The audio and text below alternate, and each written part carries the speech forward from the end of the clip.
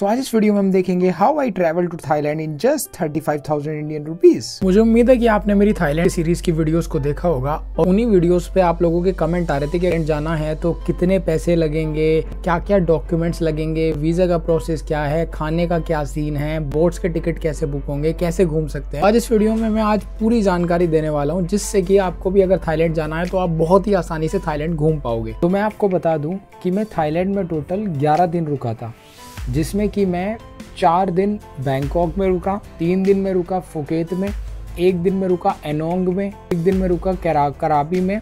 इसके अलावा 2 दिन मेरे हो गए थे फीफी आइलैंड में।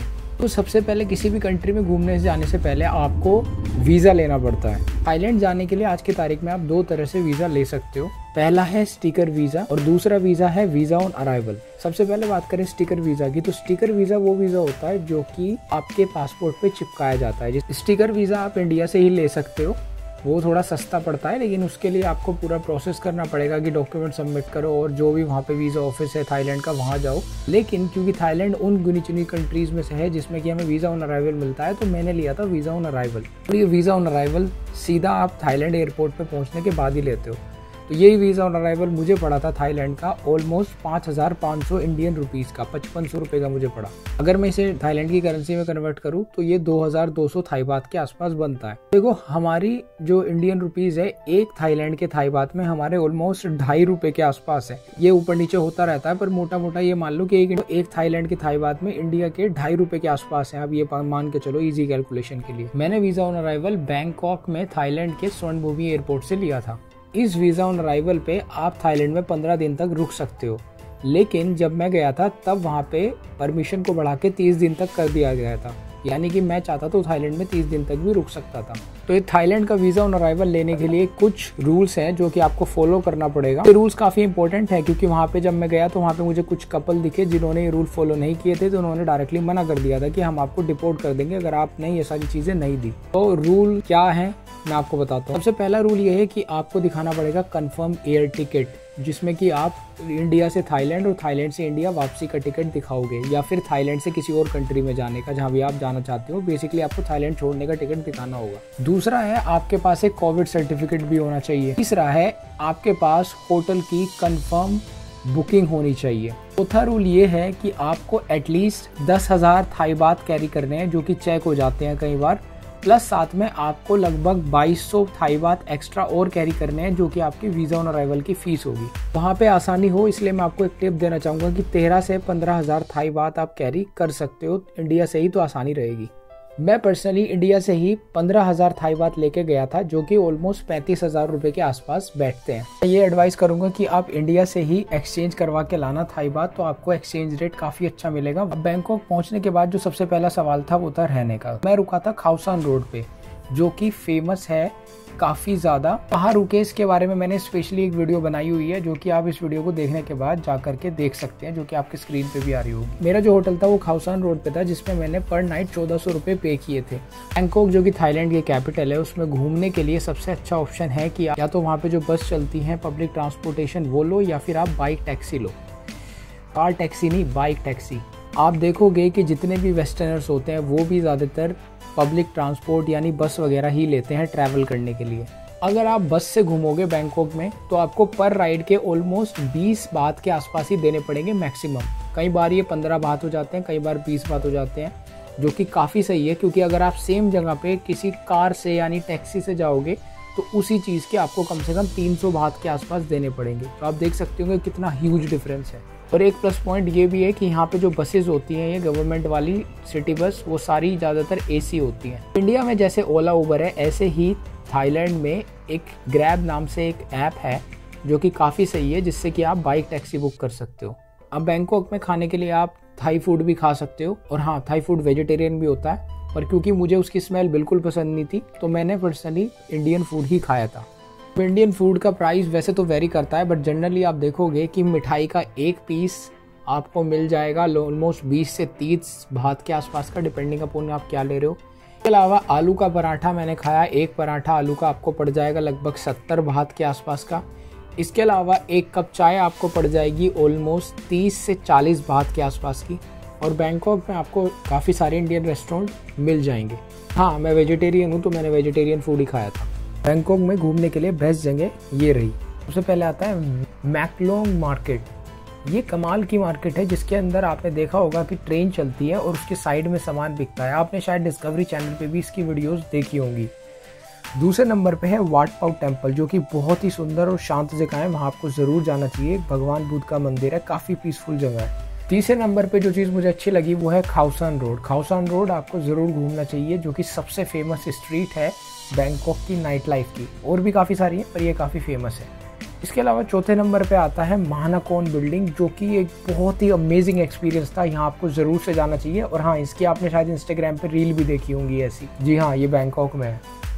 अगर हम शॉपिंग की बात करें तो बैंकॉक के अंदर कुछ कमाल के मॉल्स ये रहे। सबसे पहला है सेंट्रल वर्ल्ड। सेंट्रल वर्ल्ड काफ़ी अच्छा मॉल्स है जिसके अंदर काफ़ी सारी चीज़ आपको देखने के लिए मिल जाएंगी, गैजेट से लेकर के क्लोथिंग तक, हर चीज़। इसके अलावा एक बहुत ही कमाल का मॉल है जिसका नाम है सीएम पैरागॉन, जिसके अंदर आपको लिटरली ऑस्टन मार्टिन जैसी बड़ी कार्स तक खड़ी मिल जाएगी अंदर एक फ्लोर पे। इसके बाद अगला जो मॉल आता है वो है आइकॉन्जियम मॉल। ये भी काफ़ी कमाल का मॉल है बैंकॉक के अंदर। तो ये जगह है शॉपिंग करने के लिए काफ़ी सही। मॉल्स में आप घूम सकते हो और इसके अलावा शॉपिंग भी कर सकते हो। अब इन सब जगहों की डिटेल वीडियो आपको मेरे चैनल पे देखने के लिए मिल जाएगी, तो ज़्यादा इन्फॉर्मेशन के लिए मेरे और ब्लॉग ज़रूर देखें। अब ये सब घूमने के बाद मैं गया था बैंकॉक से फुकेत। अब मैंने इसके लिए पहले से फ़्लाइट बुक करा रखी थी, जो कि मुझे थोड़ी एक्सपेंसिव पड़ी। उसका रीज़न ये था कि उस टाइम थाईलैंड में कोई फेस्टिवल चल रहा था, जिसकी वजह से वहाँ लोग डोमेस्टिक ट्रैवल काफ़ी ज़्यादा कर रहे थे फ़्लाइट से, इसलिए फ़्लाइट मुझे एक्सपेंसिव पड़ी थी काफ़ी उस टाइम। लेकिन यही फ़्लाइट अगर आप पहले से बुक करके रखोगे तो ये आपको ऑलमोस्ट 4000 के करीब की पड़ जाएगी, बल्कि उससे भी कम में। इसके अलावा अगर आप चाहो तो आप बस से भी जा सकते हो, जो कि सिर्फ आपको 2000 से भी कम प्राइस में बैंकॉक से फुकेत पहुंचा देगी। अब मैं इस वीडियो का टारगेट रखने वाला हूं 15,000 लाइक्स। तो अगर आपने 15,000 लाइक्स का टारगेट कंप्लीट किया तो मैं ऐसे ही और वीडियोस लाऊंगा जिसमें मैं आपको बताऊंगा कि कैसे अलग अलग कंट्रीज को कम प्राइस में घूमा जा सकता है। फुकेत पहुंचते ही मैंने अपना होटल बुक करा रखा था पतोंग बीच के पास, जो कि काफ़ी अच्छी जगह है फुकेत में रुकने के लिए, बल्कि मैं कहूँगा बेस्ट एरिया है फुकेत में रुकने के लिए। बैंकॉक के कंपैरिजन में फुकेत में जो होटल्स मिलेंगे आपको या हॉस्टल जहाँ भी आप रहना चाहो वो थोड़े महंगे मिलेंगे। और फुकेत फेमस है अपने ओल्ड टाउन के लिए, फुकेत के ब्यूटीफुल बीचेस के लिए, थाई मसाज के लिए, इसके अलावा जो वाटर स्पोर्ट्स एक्टिविटीज़ जैसे कि पैरासेलिंग, इन सब चीज़ों के लिए, और अपनी नाइट लाइफ के लिए भी। फुकेत पहुंचने के बाद मेरे पास दो ऑप्शन थे। वो ये कि या तो मैं फीफी आइलैंड के लिए एक पैकेज बुक कराता जिसमें वो मुझे होटल से सुबह लेके जाते और शाम को वापस ला के छोड़ देते, जिसका प्राइस ऑलमोस्ट 1500 से 1600 बात के आस रहता है। दूसरा ऑप्शन मेरे पास था कि मैं जाके फीफी आइलैंड में रुकूं। ये किया था कि 3 दिन फुकेत में रुकने के बाद मैं फीफी आइलैंड चला गया था, जिसके बारे में वो डिटेल में जानने के लिए आप मेरे चैनल पे जाके बैंकॉक वाली सीरीज़ पूरी देख सकते हैं। इसमें आप ये भी देख सकते हो कि कैसे मैंने एक शानदार क्रूज़ का टिकट बुक किया था फुकेत से फीफी आइलैंड का, जिसमें मुझे मिले ये शानदार नज़ारे रास्ते में, और उसमें मेरा होटल पिकअप भी इंक्लूडेड था। फीफी आइलैंड जाना मैं हाईली रिकमेंड करूँगा। और इस टूर के बारे में पूरी इन्फॉर्मेशन के लिए आपको मेरी बैंकॉक वाली सीरीज़ पे जाके चैनल पे पूरे व्लॉग्स देखने होंगे, और कहाँ से चीपेस्ट वे में आप ये टूर बुक कर सकते हो या फीफी आइलैंड जा सकते हो, उसके टिकट के लिए आपको मेरे व्लॉग्स देखने होंगे चैनल पे जाके। पूरी फीफी आइलैंड जाने से पहले मैंने फुकेत में जो टाइम बिताया उसमें मैंने बेसिकली जो जगह मुझे अच्छी लगी वो था दिन में और रात में दोनों टाइम पतोंग बीच पे जाना। इसके अलावा और जो बीचेस हैं फुकेत के वो एक्सप्लोर करना। इसके अलावा फुकेत की जो बांग्ला रोड है, जो कि वहाँ की नाइट लाइफ है, उसको एक्सप्लोर करना। यहाँ पर फुकेत का ओल्ड टाउन जो है वो भी काफ़ी अच्छी लोकेशन है, स्पेशली इंस्टाग्राम फोटोशूट के लिए बहुत ही अच्छी फोटोजेनिक लोकेशन है, उसको एक्सप्लोर करना। तो ये सारी चीज़ें थी। इसके अलावा आप फुकेत में स्पोर्ट्स एक्टिविटीज़ भी कर सकते हो, पैरासेलिंग वगैरह, राइट। और हाँ, एक बात ध्यान रखें, फुकेत में बहुत ज़्यादा स्कैम्स होते हैं जिसमें लाखों लाखों रुपए तक लूट लिए जाते हैं। तो उससे बचने के लिए आप मेरे व्लॉग ज़रूर देखें, जिसमें मैंने आपको पूरा बताया हुआ है कि कैसे आप स्कैम से बच सकते हो।